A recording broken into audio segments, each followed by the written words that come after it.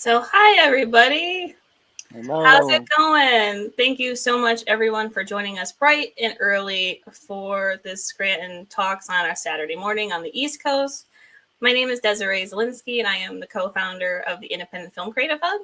I'm also the founder of NEPA Film Society, a local filmmaking community here in Scranton, Pennsylvania. I'm also the organizer of the Mystery Box Film Challenge, and we have our special guest host with us. Joining us this morning is Tony Susi.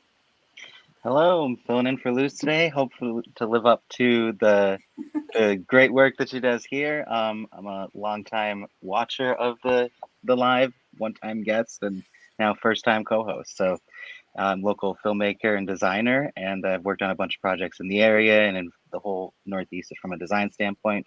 So I'm excited to be involved and help co-host this great live that we have planned. Yeah, we're so glad to have you, Tony. Luce is hard at work with a couple of projects right now, so that's taking up her time, but we send her our best. And I hope everyone is doing well with their Mystery Box Film Challenge films. So we're coming down to finishing up here, but there is still time if you want to participate. If you want to go to our Film Freeway page, that's where you can get all the information on the requirements and items that you have to use for this year's challenge. We are here to help you if you have any questions or need assistance. It's a very fun and laid back challenge. We're not super strict. And as a reminder, to submit your finished challenge films, if you are participating, is to go to the Film Freeway page. And it's a dollar fee to submit, but the regular deadline is November 1st, and the late deadline is November 20th. And you might be the one who gets the Best of Show award this year.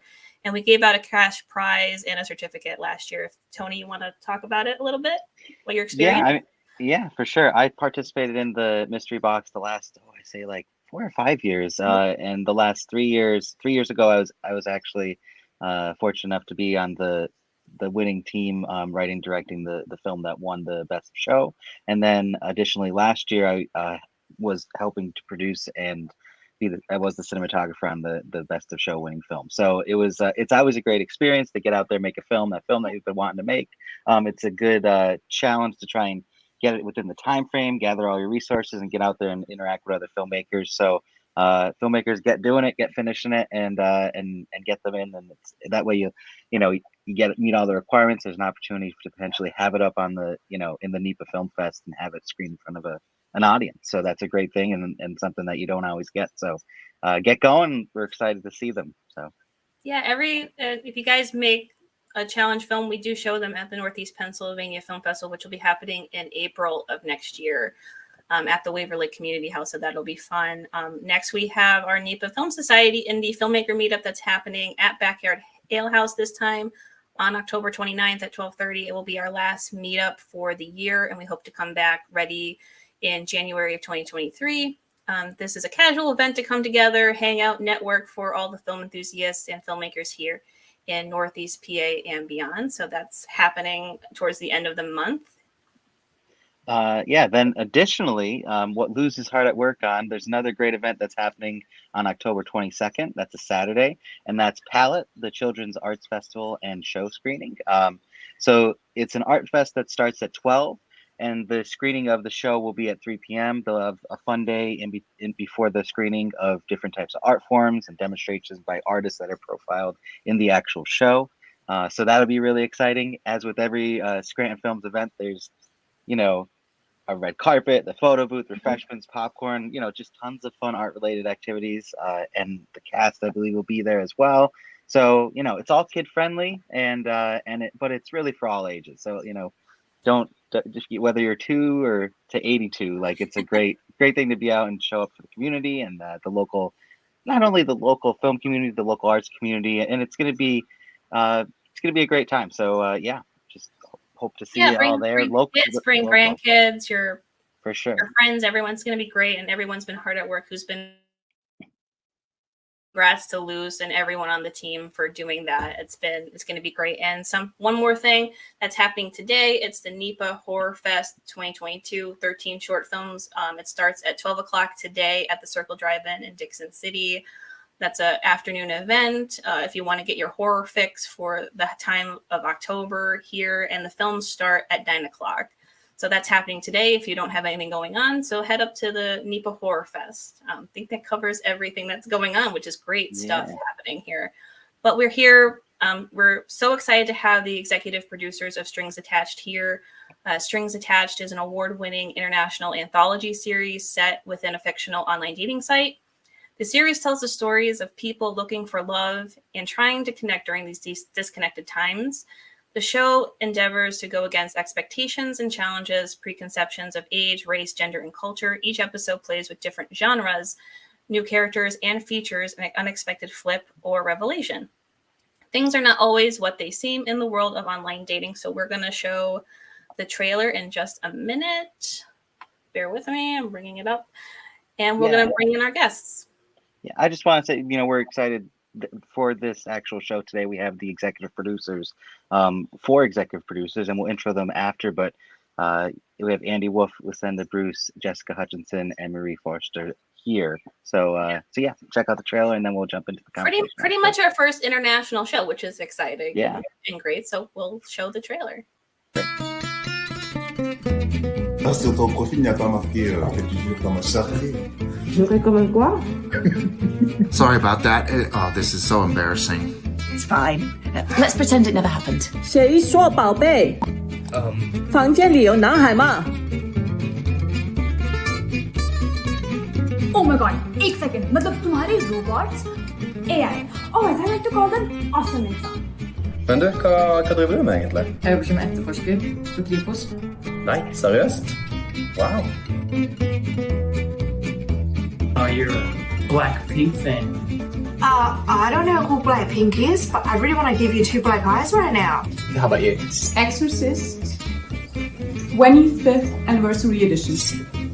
That is a good choice. Na, erkältet. Also, nein, nur nervös. Okay, whatever. Your AI is watching me? ये तो invasion of privacy हुई ना? What's going on? What kind of name is that? Well, I'd much rather you try me out.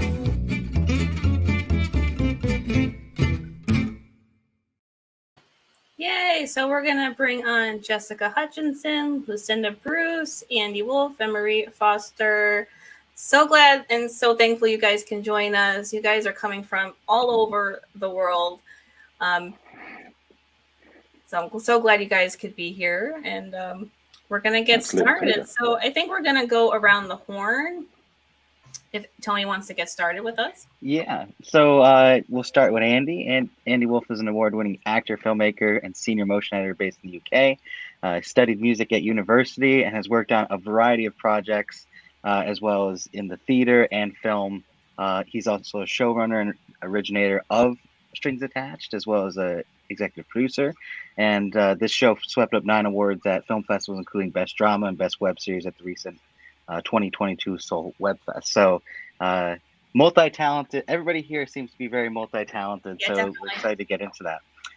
Additionally, Lucinda Bruce is an award-winning Australian film producer with a background in acting, production, and broadcast.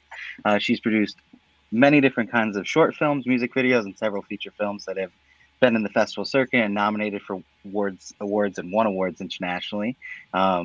One of the recent projects is 350 Days, the movie, which became one of Amazon's best-selling documentary films for a short time, as well as independent features such as The Party Bus, which is set out for a worldwide release later this year, and Evan Wood from 2021, which started its festival circuit run at the world premiere in the Santa Barbara International Film Festival. So its first in-person screening will be at Dances with Films at the TCL Chinese Theater as well. So excited to have you two. Yeah, and then we have Jessica Hutchinson, is an award-winning actor, writer, and producer based in Melbourne, Australia. She's also experienced in motion capture performer and was voiceover talent for video games such as Dead Static Drive, Storm Run, and Puzzle Quest 3. And then finally, we have Marie Forster. She's an award-winning actor and filmmaker based in Berlin, Germany. And we just saw her in Strings Attached as well. So, we'll get started, and I think we'll start with Andy. Tell us your journey and how you got started. Right there. How long have you got? So my first memory. I'm going to stick to an hour. 5 seconds. 5 seconds. Andy, tell us your life story in 5 seconds. Go.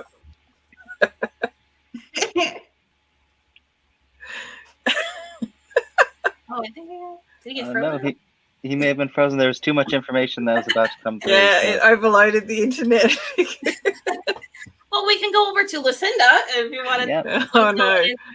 Andy gets back on. I've got 5 seconds as well, right?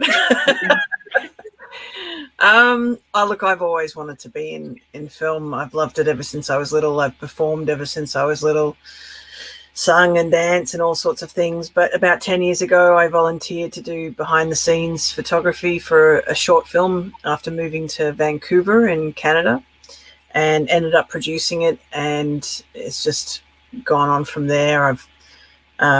We got a couple of awards for the short film, and that led to my first feature film, and it's just kind of steamrolled from there. Now I've done I think 15 feature films and a ton of short films and stuff, and I love it. I'm producing now, and it's very different because I started off wanting to be an actor, but I love producing. It's just so much fun. It's varied, it's challenging. You learn something new every time you do a film or a project. So yeah, it's great fun. I love it. Yeah, awesome. We'll just keep going around and see. Hey, if you, Jess, you want to give us a little bit of your background and how you got into it. Sure. Gosh, I've been, a performer for as long as I can possibly remember, and acting for almost 20 years now, betraying my age ever so slightly. And this is the Strings Attached is the second project I've ever produced, but the first being a short film back in 2019. I always had very good organizational skills, and so I thought, producing can't be that hard, right? Maybe I should just give that a go. And have learned an awful lot along the way of just how not easy it is, but it's also very rewarding and fun. My first love will always be acting and writing, screenwriting, but I have enjoyed being a producer along the way as well. And this particular project has been the best opportunity to stretch my skills in all kinds of directions. Yeah. Awesome. That's great. And then finally, Marie. Yeah, speaking of stretching skills, I feel like the same thing happened to me. I'm a classically trained German actress, and then I got involved into what was first a short film that then turned into a series, and it's been a hell of a ride. It's been a lot of fun, and the only things that I had gotten to write and direct before were showreel scenes for colleagues who approached me, and that I still do, but working on a whole series and producing something is very different, and it's wonderful, and it's empowering and a lot of fun. That's great. And we got Andy back. Yay! Yay! I don't know what earlier on I was like being all smug about the internet here is really good compared to Australia. We were just talking about the wonders of internet connections in Australia. Now there's just more eager anticipation for the tale, though, Andy. So we're excited. So where did I get to when I was cut out? Siamese cat, right? So my first memory. Yeah, Siamese cat. I started out.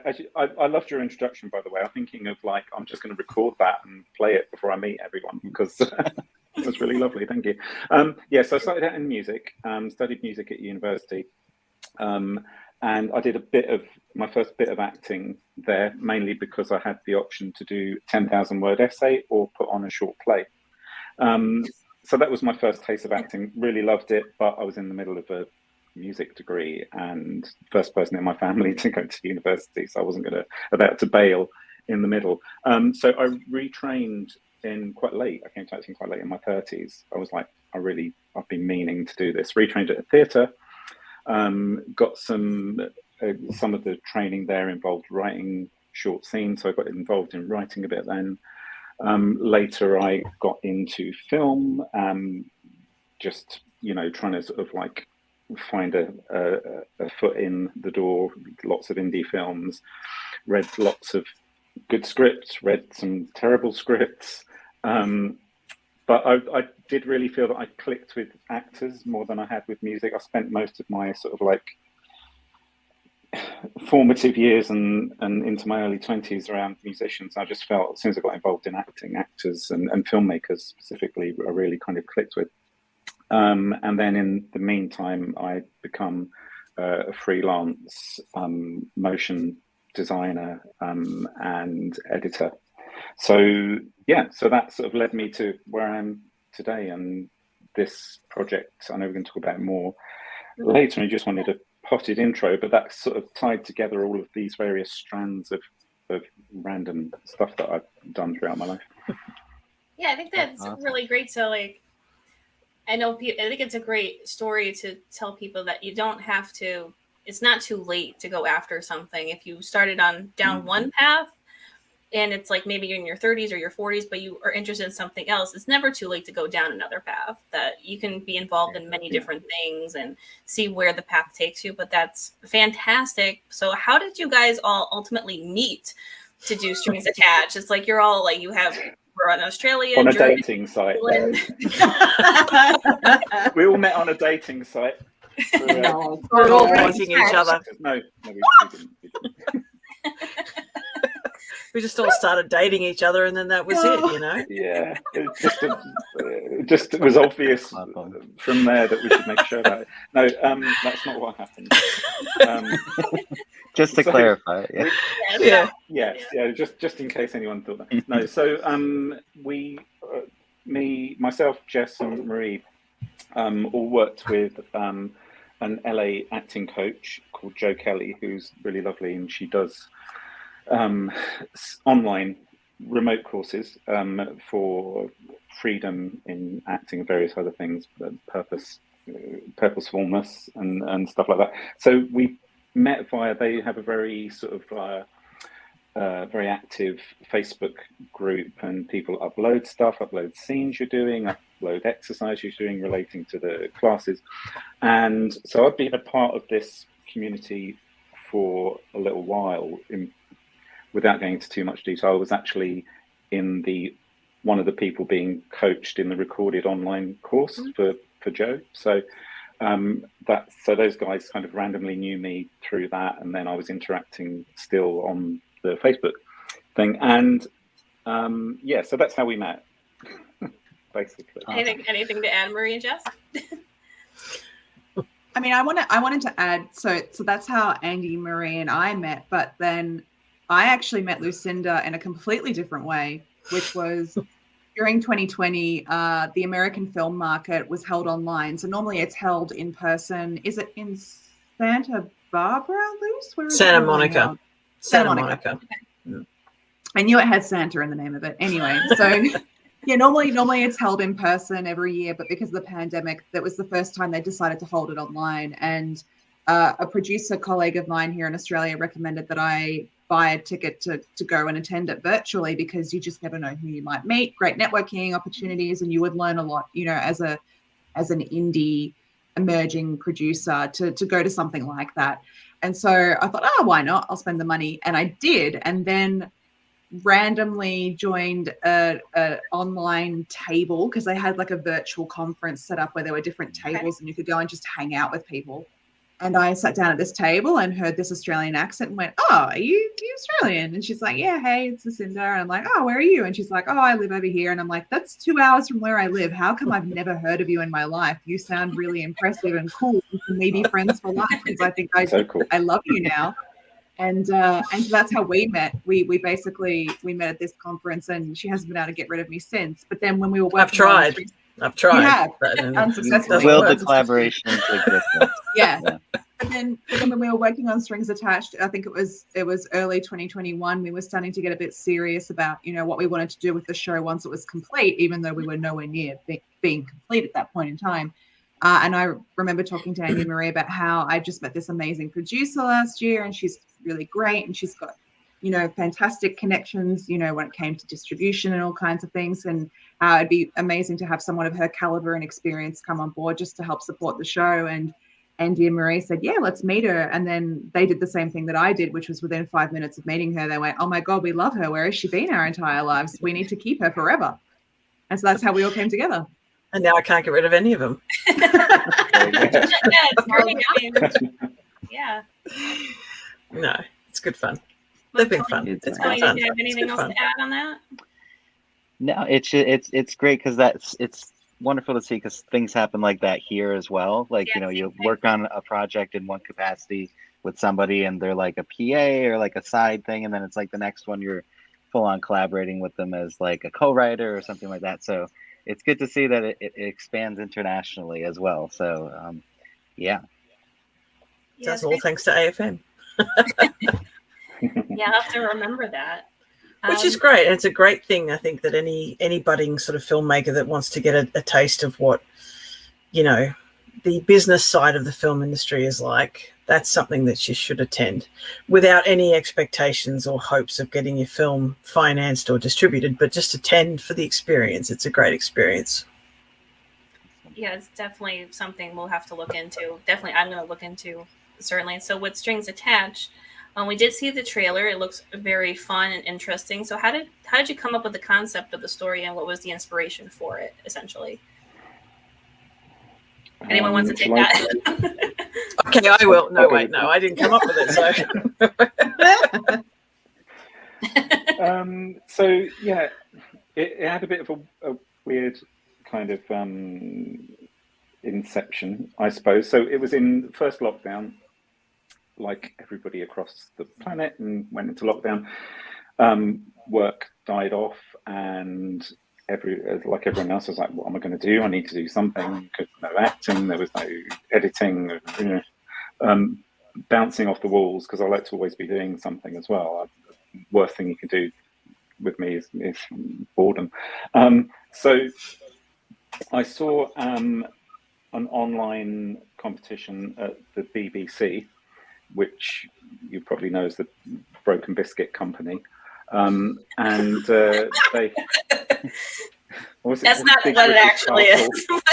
Yeah. Andy, I've never heard that term for the BBC No, I haven't before in my life. Never either. That was so hilarious. I love it. I heard that because I think it was someone I worked with said their dad worked at the BBC for years, and he kept bringing biscuits from leftover from meetings. And he told her that he worked at the Broken Biscuit Company. That's why he got all these. That's fun. But I digress. So anyway, it was in they have like a writer's room bit on the BBC website. It's worth having a look at, anyone who's interested in writing. And they have competitions. Lockdown had happened, so they said, send us your 10-minute lockdown script. It just has to be based over video conferencing. It can be about anything. Minimum of 2 actors, maximum of 4. So I was like, oh, that's really cool. Yeah, that will give me something to do. And I think what must have happened, because my brain was a bit all over the place with, it's the end of the world. Where are the biscuits? And and all the biscuits are broken. Yeah, exactly. Like my soul. So I got the date wrong, basically. For some reason, I put it in my diary, but I put like a week's difference. So I missed the deadline for this thing. But in the meantime, I got really into this idea because I thought, well, what could happen online? I thought, well, okay, online dating. And there was also, I think it was also partly in my head because there was something I'd written when I was studying theatre. I'd come up with the idea for a minimal stage thing based around speed dating, traditional speed dating, because I just thought I had this idea in my head of like this really socially inept guy, not based on anyone I know, who just has these series of bizarre characters opposite him, taking him completely the wrong way and getting offended by him just because, so I think that was in my head as the background to it. Video wise, I was like, yeah, well, it's 2 people opposite each other. It could happen. And maybe there's a video dating site where it's predominantly you have to communicate via video dating. And then, yeah, I wrote this little script. And after the BBC thing fell through, it was kind of how I'd written it. I felt it needed to be more than 10 minutes anyway. So I don't think I would have fit in with their criteria. So I thought about it. I thought, well, I could make this anyway because I'm an editor, and we've all got these really amazing iPhones that just started to like produce 4K not long before that, and 25 frames per second, so you could get a filmic look. I'd already had to play with some iPhone footage as part of my work and make it look more film-like, add some grain onto it and color correct it in a way that as best you can anyway for iPhone.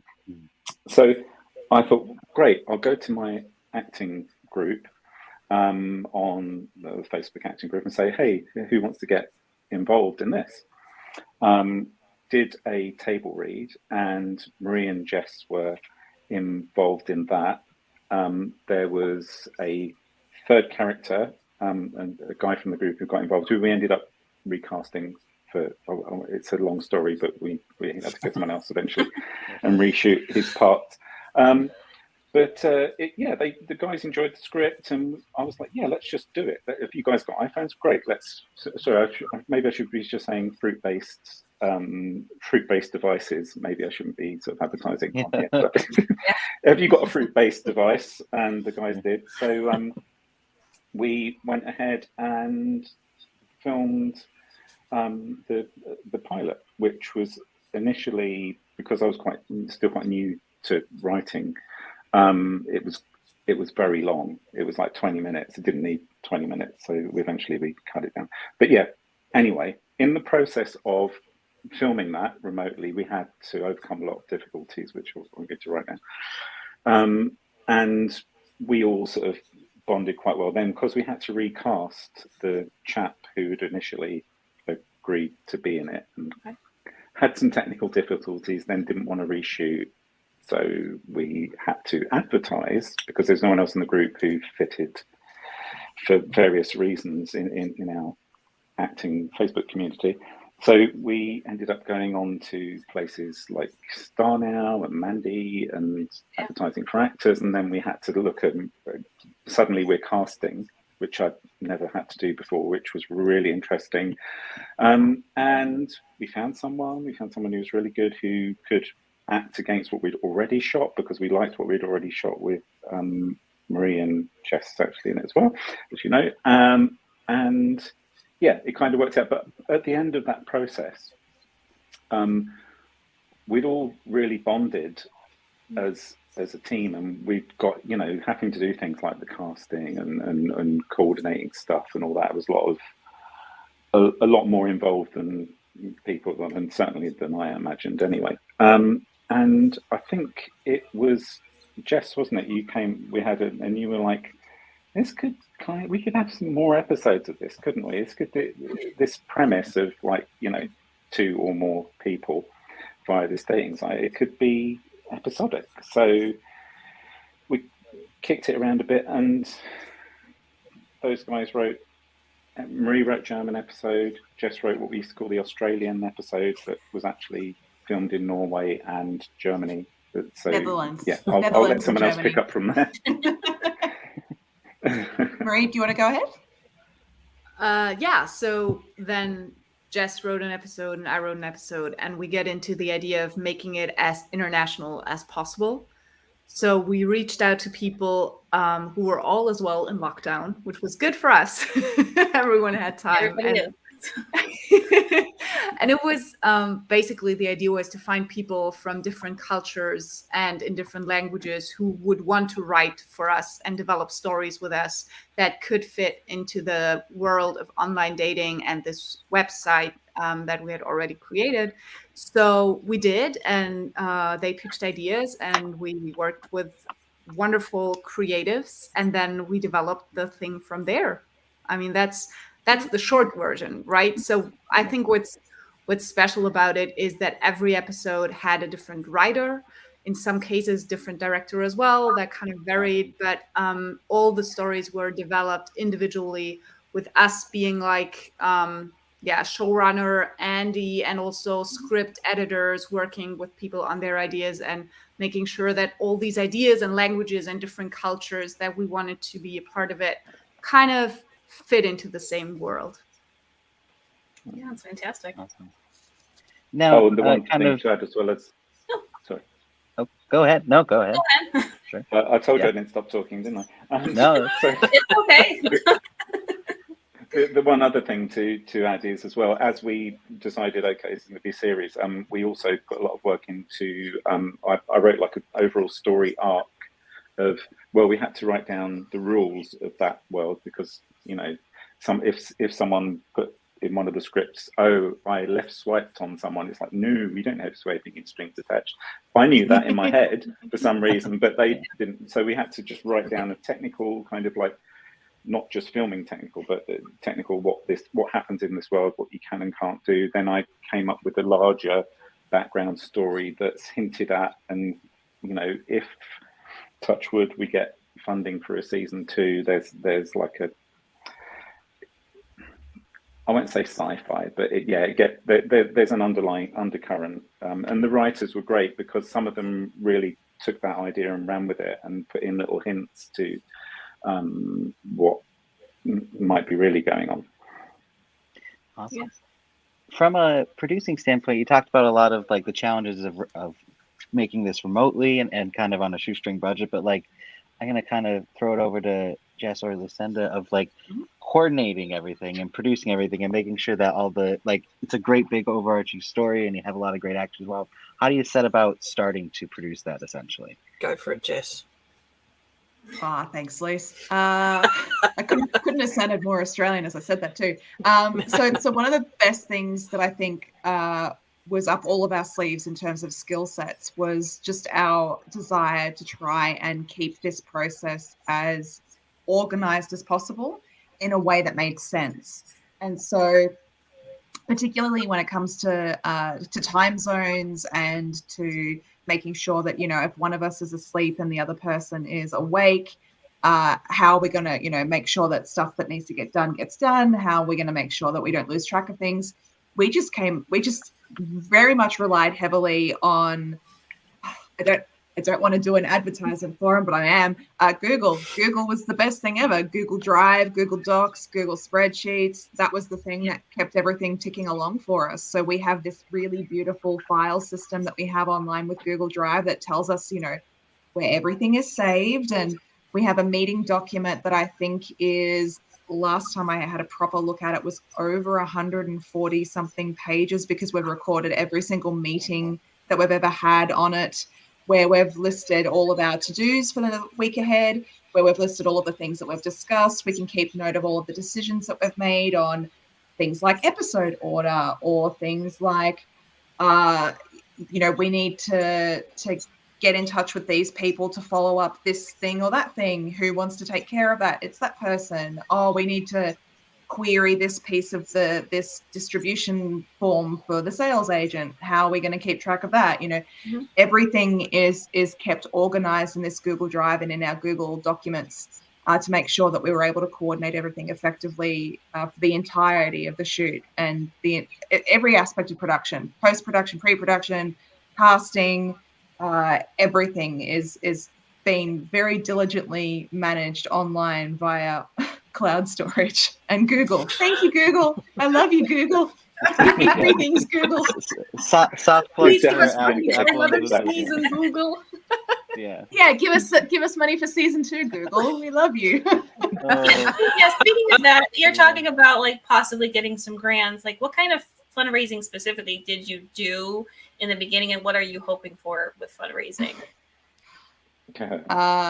Wow. I mean, fundraising. I mean, I say wow because like I think about everything that we've achieved, and we've pretty much achieved it on a shoestring, money coming out of our own pockets kind of budget. You know, there wasn't a lot of there wasn't any fundraising that we really did before this show got started because we all just wanted to put our time and effort into making something while we were in lockdown. And the other thing being that, you know, a lot of the creatives that worked on this project were in the same position as what we were. You know, we were all in various stages of lockdown over the last 2 years. In Australia, we had lots of them. In other countries around the world, they didn't have as many. But, you know, we were all at various points in time unable to work creatively because of the restrictions that were going on. And so every creative that donated their time and effort to this project really did so because they were passionate about what we were trying to achieve and wanted to be a part of it.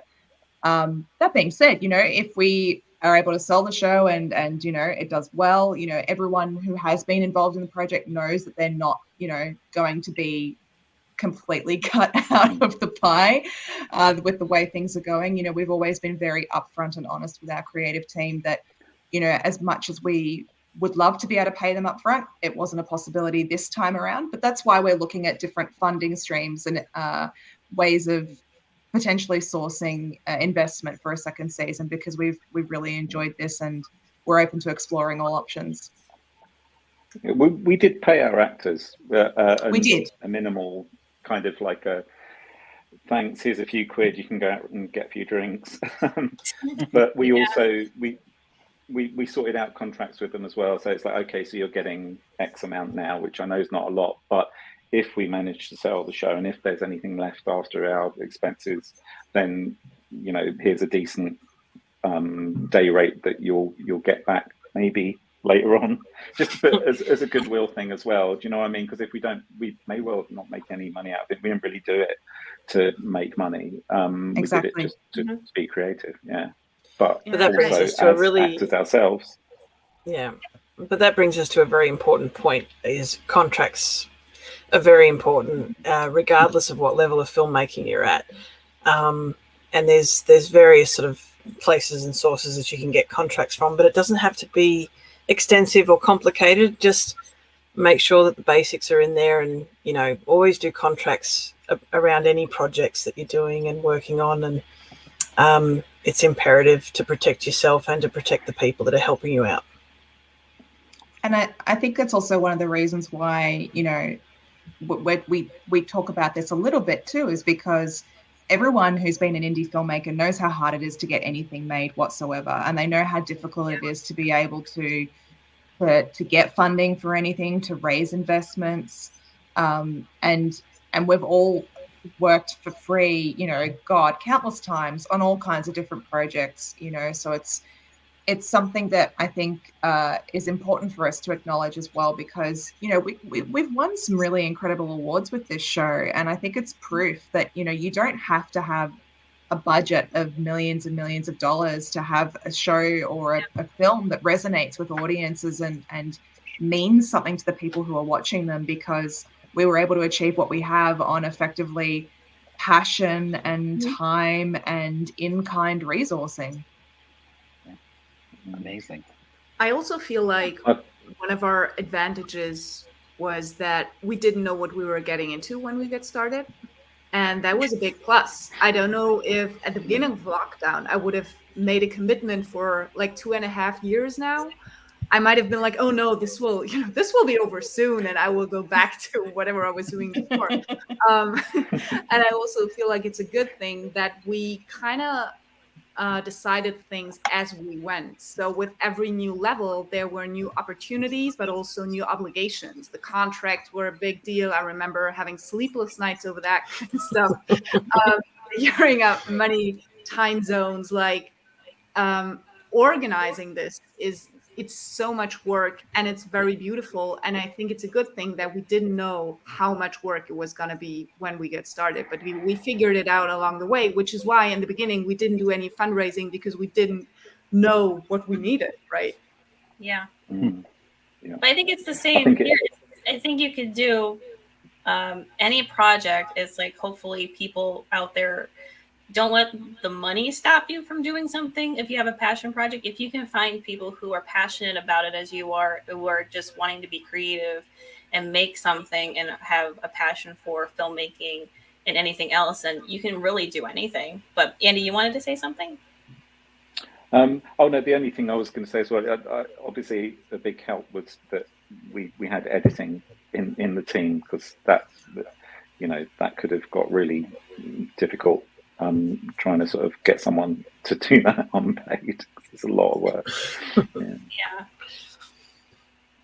It does help to be multi-talented and multi-skilled and across several different sort of talent sets, if possible.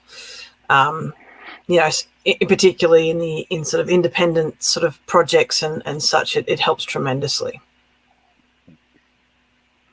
So, you know, you've got to build a good team around you and have, like you say, people who are passionate about it. You know, they'll give 150% regardless of whether they're getting paid or just getting a credit or whatever. Which brings me back to the point that contracts are just as important then, if not more than ever. Even out the terms, make sure everybody's on the same page. That's it, even if it's your best mate, do a contract, just protect each other. And it's not about trying to kind of take one over. It's just about protecting everybody that's involved and everybody that wants to help, because you want to make sure that those passionate people who do put in 150%, who do give their time because they love film and they just want to make film, you do want to make sure that they, get rewarded for that passion, for that commitment, for that effort, at some point in their career. So, it's always good to sort of make sure that you're looking after everybody, which is why I do push contracts a lot. Definitely. Tony, did you want to say something? Yeah, no, it's great to hear the ins and outs of the production side and such. I'm a little bit more curious as well about like the thinking behind the stories that are in there, and kind of how you feel that this was the sort of story you wanted to tell, as far as like it surrounding love and connection. Like, why did you think it was important to tell this story? I guess we'll start with Andy, since you originated it. Oh, okay. You're the best creator, I guess I think what was really always, I've said this a few times, what really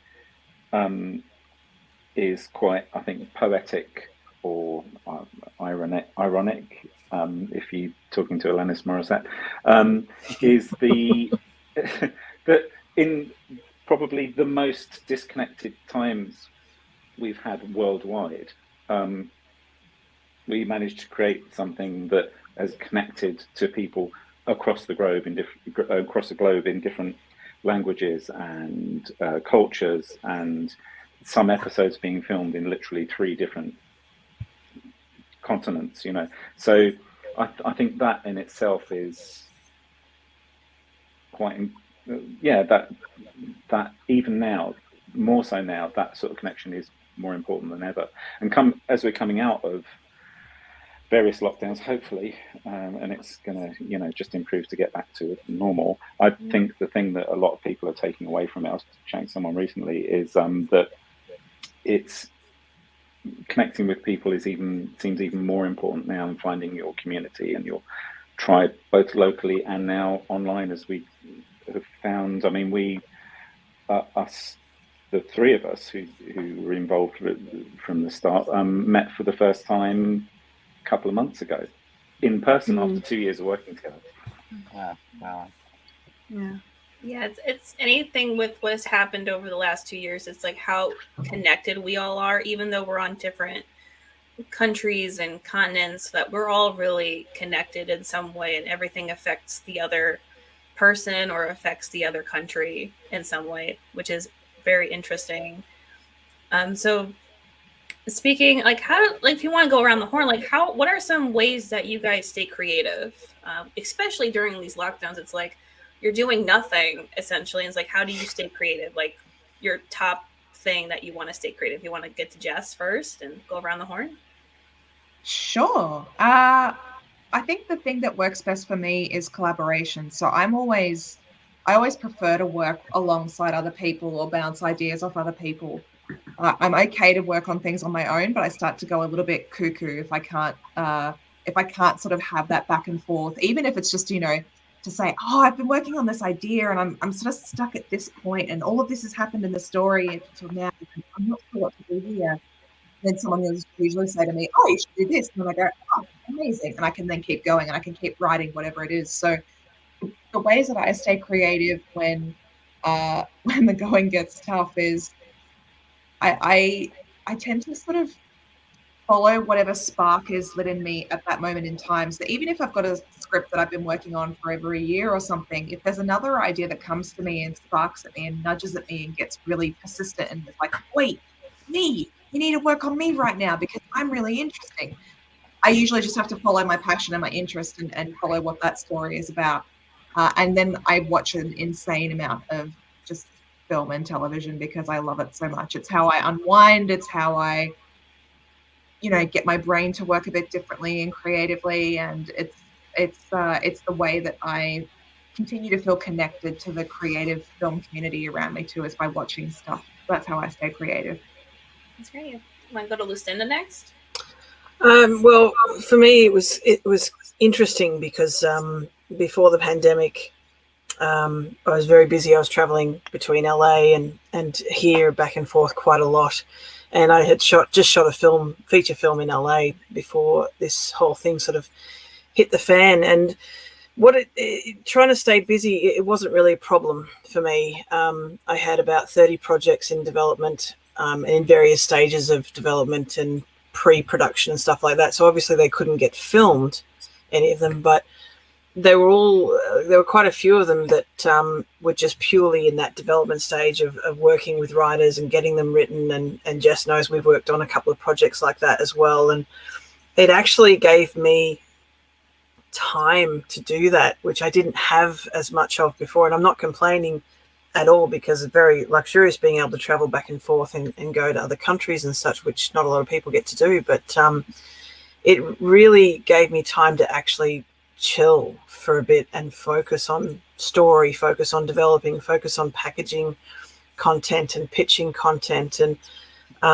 instead of constantly sort of being back and forth or being on set or whatever. So I don't find it challenging at all to keep busy or to stay creative, because my brain's always in overdrive, always thinking of something, always sort of doing or creating or thinking of a story, or annoying Jess to kind of write something for me, or something. There's always something going on in my brain, and it sort of never stops. It's constant. But I have other things that I love to do as well, like music and all sorts of different stuff. So it's impossible. It's like it was a forced downtime, which was actually quite nice for me for a change, and sort of made me stop and go, oh yeah, I can actually get all this stuff done that I couldn't do before. So it was great. I loved it. Obviously, it was a terrible time for a lot of people, and I don't mean to make light of that, but I found it a really great time to just focus on being creative and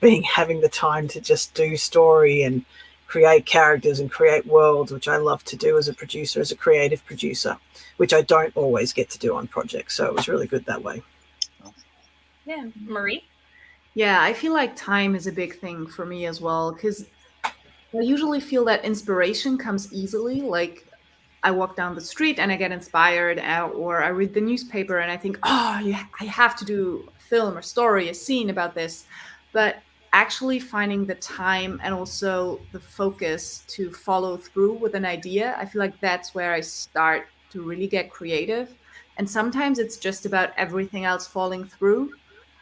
Or me actually getting bored. Like for me, I feel like boredom up to a certain amount is a good thing, because it gives me the time to remember what I want to do. And I might have had a very busy week, but at the end of it, in my downtime, I'll be like, oh, I wanted to write this week, but I didn't write anything because I didn't find the time and I didn't follow through with it. So I feel like time is a big issue, and also focus, to realize like where do I want to go, and where I want to go is I want to work creatively, and that is what's important to me. So if I spend the whole week writing emails, I will find the time and focus to be creative and to get the creative juices flowing. Yeah. And Andy? I would say, in terms of staying creative, write everything down, never throw anything away. Always say, whether it's physically written down, whether it's on your computer somewhere, because the amount of times that I would quite often have small little snippets of ideas, and I was like, rather than get stressed and like, oh, I've got to make this into something big, I'll just put it down while it was there. And then, quite a bit like the little play I was talking about, the speed dating guy, that I'd kind of forgotten about. And not long before lockdown, I went back through because that was from when I was my acting training, so good over 10 years ago. That idea first sort of plopped out, and that was in my head when the Strings Attached kind of happened. So yeah, so don't throw anything away. Also, to echo what Jess was saying, go with what inspires you, not what you think you should do. something also interesting I was reading recently is it's a really good exercise to go through what elements it is in the sort of stuff you like that inspires you, that what's the common theme. So for me, the common theme is some hidden machinations going on under the surface that become revealed. For me, that's kind of all I've noticed. A lot of the ideas, whether it's something a film that involves time travel or interdimensional stuff, or whether it's a strings attached story with something going on in the relationship you don't know about, that's the kind of thing that appeals to me. So I think it's worth sorting that, and also connecting with other people. I think I'd felt like a writer for a long time, and at school I was always, although I'm dyslexic, my actual stories were, I would get good marks for those, just no one could read them apart from the teachers that took time to. But it was only when I started studying theatre, and every week we had to write a short scene, and then people would come up to me and say, "I really like your scenes are always quite interesting and always have not necessarily brilliant writing necessarily, but just they like the ideas." And so I think it's really important to bounce stuff off people, but people you trust.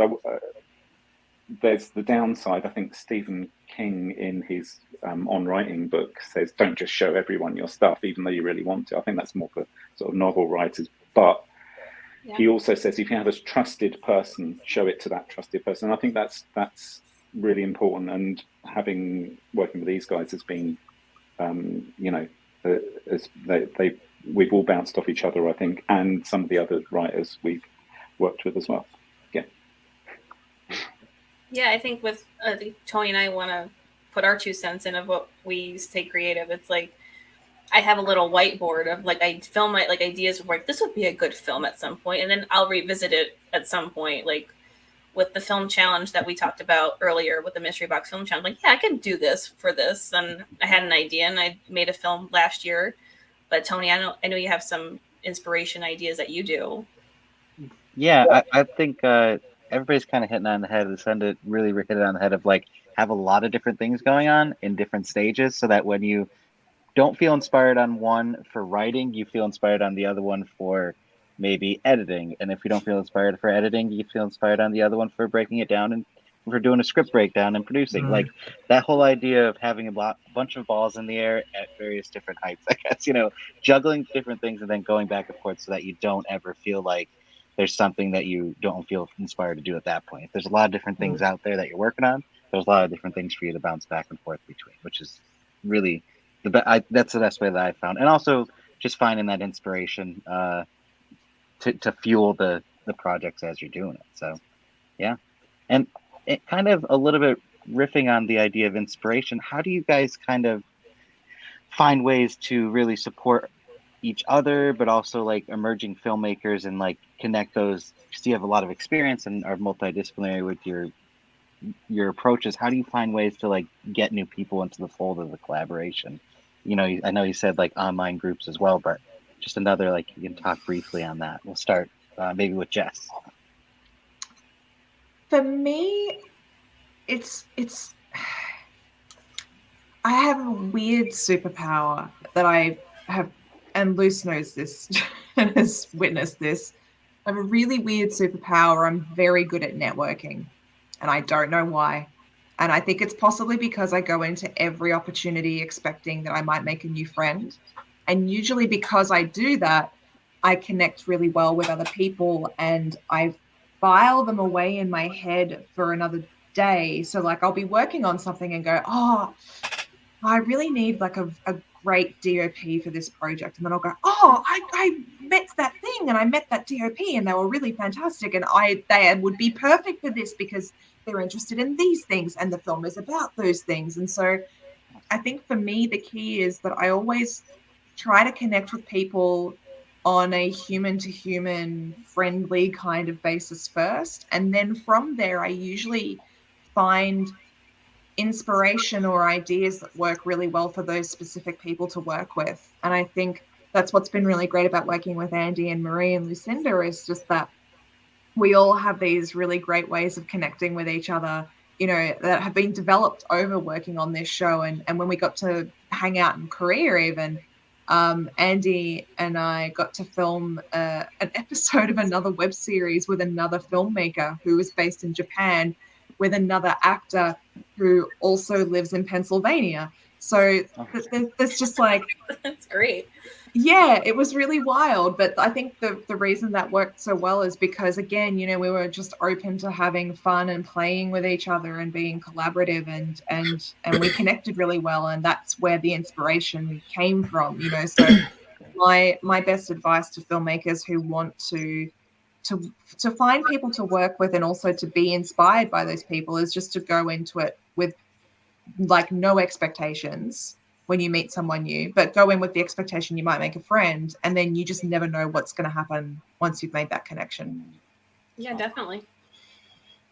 Yeah, I would definitely agree with Jess on that. You know, networking is imperative to your career in this industry, because you never know who you might meet, but you do have to be open. A lot of people in networking scenarios will not talk to somebody if they're another actor or another writer, or they want to talk to the money people, they want to talk to the producers. And these days, because everybody is a slash something, you know, it's worthwhile not taking anybody. It's sort of like, or is it not taking somebody at face value? Just sort of not, you know, judging somebody before you've even had a chance to talk to them. You know, I often don't tell people what I do when I talk to them in a networking scenario. I won't say that I'm a producer. I'll just sit and talk to them. Like, what do you do? Where are you from? What's your passion? Like, what do you want to do with your career? What are you trying to get into? Because then I know I can potentially help steer them in a possible direction. But if I usually tell people that I'm a producer first up, they'll be like, oh, I've got a great script. Can you read it? I'm like, no, I don't really want to. Or can you find me money? Can you find me money? Can you find me money? Yeah, you're a producer. Yeah. And there are very, very many different types of producers. There are producers that find money. There are creative producers. There are production producers, post producers, whatever. There's a bunch of them. But one of the biggest things for me is that growing up and wanting to be an actor and wanting to be in the film industry, I never had somebody say to me, this is what you need to do. You know, so it was very difficult to find my way. I left the industry, went out of it, got back into it, went out of it, got back into it.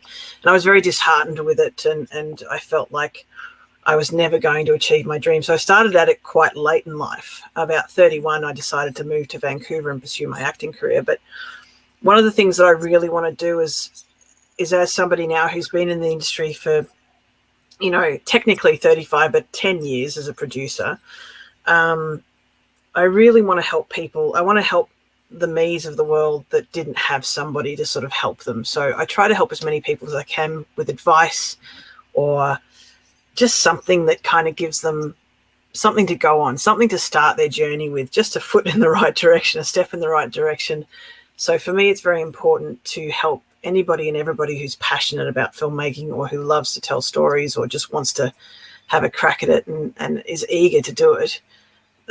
It's very important to me to sort of talk to people and try to help them as much as possible. So that's how I do it. I work on a lot of films for free. I give a lot of advice for free. I mentor a lot of people for free because I never had that. So that's sort of my sort of goal. That's how I do it. Well, that's great. I think it's with it's important to collaborate with people. I think sometimes you might be blocking yourself if you're like, I don't want to talk to this person, or we're in competition with each other. And we're not in a competition with each other, even here. It's just getting people out. We're here to help you as best we can. If we're available, like I'm available to help like production design or be your script supervisor or even be your graphic designer. I can do that. Or like Tony can be your sound guy for a day or things like that. We just help each other and propel each other forward. With You bring up a very good point in terms of competition. This is not a competition. We've got to stop treating each other like we're competition, because we're just shooting ourselves in the foot. We've got to help each other. You know, you send the elevator back down. That's one way of doing it. But you know, the other day somebody asked me to line produce their film, and you know, I've been producing films for a long time now. But you know what? It's really quite nice to just be able to go, you know what? Yeah, I'll just line produce the film for you. I just do a budget, just do this. It's nice, and and it's kind of like, oh, cool. You know, it gives you a break, and you help that person out. You know, I've been runners for films. You just help, because, like, you know, you just never know who's going to make the next, you know, who's going to be the next Stephen King, and you're not doing it for that reason, but it's nice to support people like that who have passion, who have talent, who are just trying to get a leg up in the industry, and that's what you've got to kind of do, you know, especially women, you know, and people of minority, you know, who haven't had those opportunities as much, you know. So yeah, I think it's super important that we don't treat each other like competition. We just support each other, you know. I think speaking of representation, I'll ask this question, and then we'll go to our final question and start kind of wrapping up. But if there's anyone still watching, feel free to comment. And if you have any questions for any of them, we'll be sure to answer them. We'll see. Feel free to comment. But the impact of representation in film, and why does it matter? You speak on getting people from different countries, different ethnic backgrounds. Why is that so important?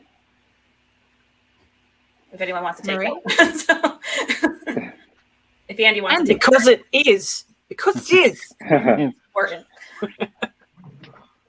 But if Andy personally, I was just going to say, for me, it was a no-brainer. So I come from a very mixed family. So growing up with my dad's twin brother married a lady from Barbados in the late 60s, and I grew up with my cousins at school in the 70s, when England was a lot. It was, well, maybe not just England, but in England there was a lot of racism going on. Not just England. Well, in the 70s it felt like it, yeah, but yeah, it was. Things were terrible, and my kids are Japanese British, and I've sort of seen them working through their identities as they've grown up into young adulthood, because they're kind of 21 and 25 now. But so yeah, for me it was a no-brainer. It was like, as soon as we made it a series, and then, oh, we've got a German episode, wouldn't it be really cool if each episode was in who knows what language? And then also, obviously, it'd be great to get some representation in there, because I know how important it is for people's identity to see themselves represented in a positive way in the sort of like media everywhere that we see day in, day out. And it's even as a white guy from a mixed family like mine, it's easy to forget how little there is. It's got much better recently, and it's just, I think it's something we need to continue and push for and redress the balance. Yeah. Anyway, Marie, if you want to add anything. Yeah, I just wanted to add that I feel like thinking about representation, whatever project you do matters, as long as what we see on screen and where the money goes is not portraying the world we live in. And I feel like as long as that's the case, we have to keep in mind, is this how we want to do it? Or is there a way of giving a voice to someone else who might need it right now, or who can give inspiration that hasn't been seen before? I feel like, apart from the fact that some voices have been missing or have been underrepresented the past decades or hundreds of years, I also feel like we're missing out on so much. I mean, working with so many different people on this was wonderful, because I saw how people act in Norwegian. And yes, it is different and it's beautiful. And also talking about the differences that we see and that we want to change helps the dialogue and brings it further. So I feel like that's why representation still matters, because it's not a given yet. So as long as it's not, we got to think about it. Lucinda and Jess.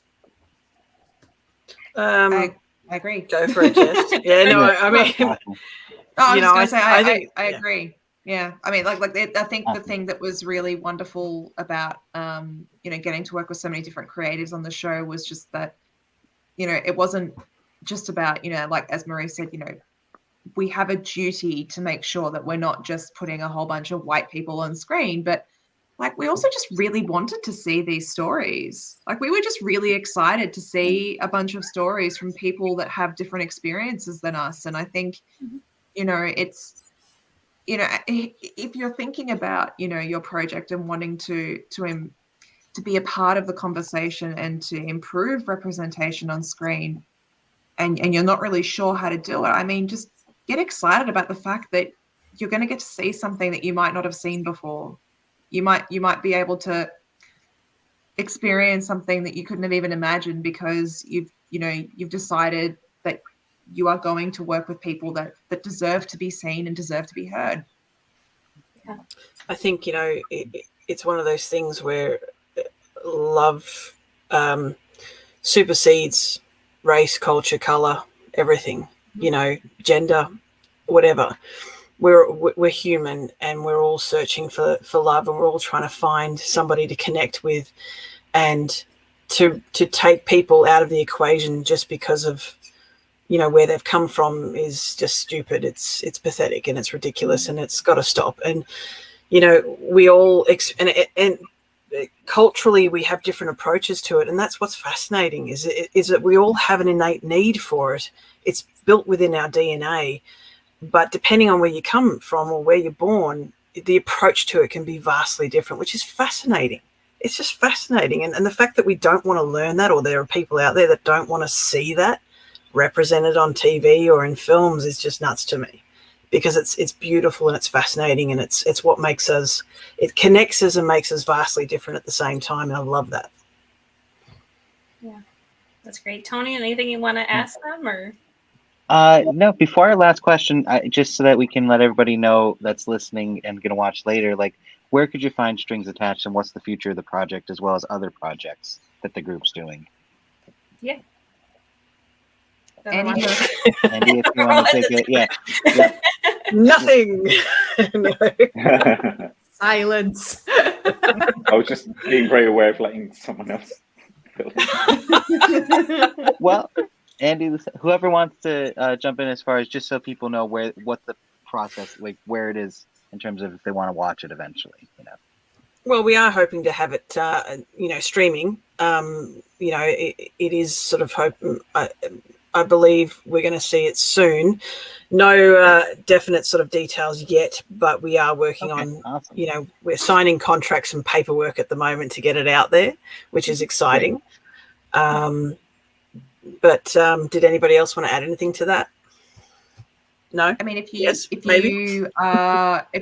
you love watching film festivals and you attend film festivals, we have been featured across a number of them so far this year. I think we've gotten into 17 at the last count. Wow. Maybe 18. I've got to double check those numbers, but I know we've been in a lot. So got to double check that Google Doc. I know that we're going to be screening at the upcoming New Zealand Web Fest in New Zealand. We're also screening at the Short Film Awards, the Sophies in New York. Andy Marie, do you remember anywhere else that we're screening coming up? Right now, we're part of the online festival for Seattle. That is still going on. So if you want to check that out, you can watch some parts of Strings Attached there. Yeah, how many And everybody episodes can showing follow at Seattle? It's just one episode, is it, Seattle? Yeah, just the one episode. Yeah, but still. So if people follow along on the social, on your Instagram, they'll be able to see all that, which would be great. We'll be shouting about it when it's when everything's viewable. We'll be great. Go here, go and watch it finally, because we're desperate to show it to everyone. Really, the little bits of screenings we've done for people we know, and obviously festivals, thank God, liked it. But yeah, we've had such a nice response from people. And it would be good to have people just watch the whole thing and yeah.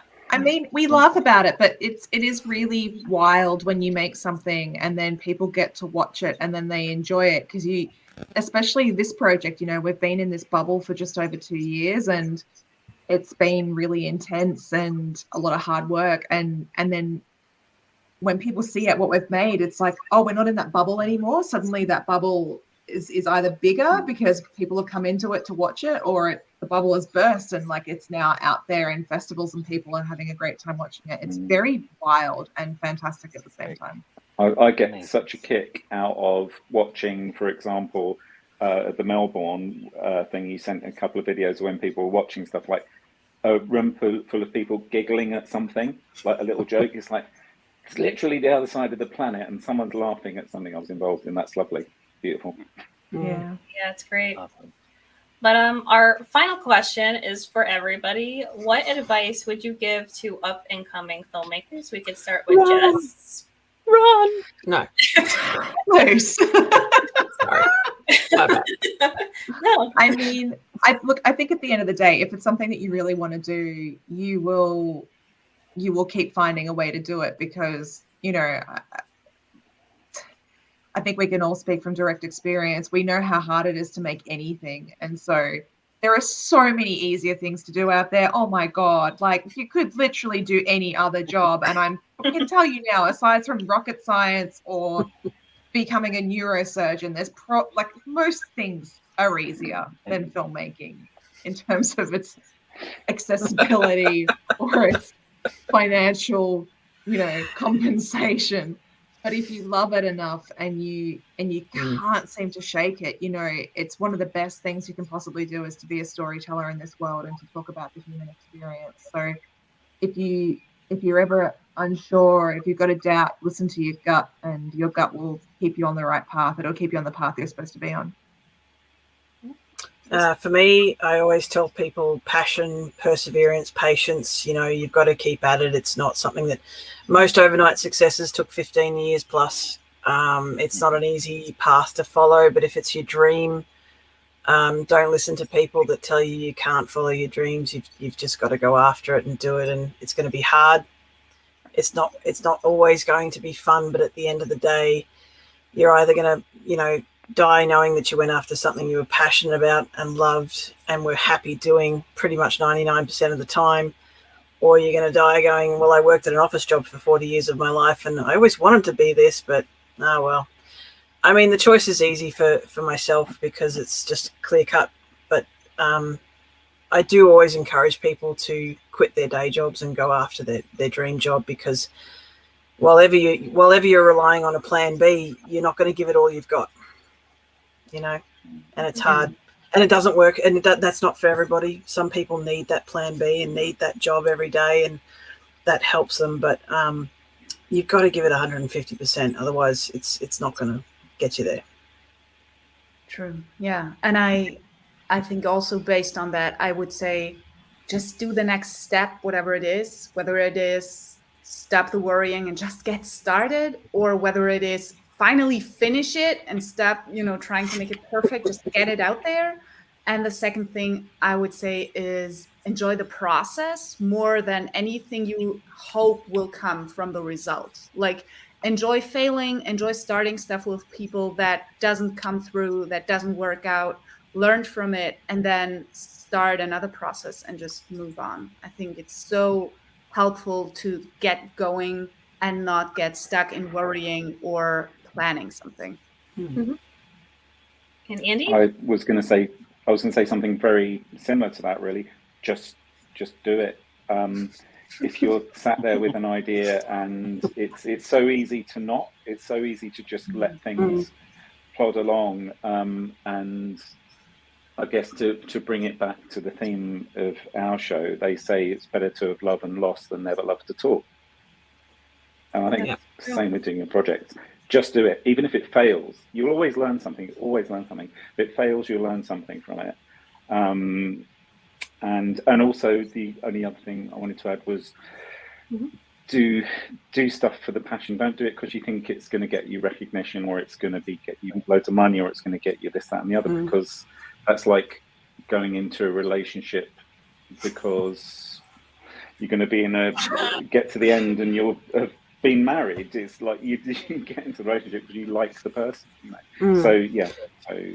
I was going to say also one piece of advice that I do give people is never make your baby first. If it's your baby, your script that you've spent hours and years writing and it's the film that you really want to make, don't do it first. Cut your teeth on other people's projects, see all of the mistakes, learn all of the mistakes through making other people's projects and other people's films. And then when you've got a few sort of experiences behind you, then potentially look at it. But yeah, never do your baby project first. Yes, amazing. So great, and great way to end our Scranton Talks for this morning and at night for everybody. 1:15 in the morning, but it's I regret it. I just want to thank everyone so much for joining us for our Scranton Talks with the executive producers of Strings Attached, Andy Wolf, Lucinda Bruce, Jessica Hutchinson, and Marie Forrester. It's been a pleasure. It was so much fun talking with all of you. I hope we get to meet in person at some point. Yes, please. Thank you. It's been awesome. Thank you very much. Thanks for having us. It's been amazing. So we have, with the Independent Film Creative Hub, we have wonderful events coming up. So be sure to follow us on Facebook and Instagram to stay up to date on what we have going on. You can subscribe to our YouTube channel where you can see any of our previous talks, including this one. And feel free to message us if you would like to be on this show, because we like to share people's creative journeys and their filmmaking experience. You don't have to be a super professional. You can be starting out. You can be experienced. We'd love to talk to you. You can message us directly on Facebook and Instagram. The Independent Film Creative Hub is here for you. It's here to help filmmakers reach their potential of becoming successful creative artists. And be sure to visit our website, ourcreativehub.com, and join our directory. And it's free to sign up. So it's been a pleasure, everyone. Thank you for joining us, and we'll see you guys soon. Thanks so much, everyone. Bye. See you later. Bye. Bye. Thank you.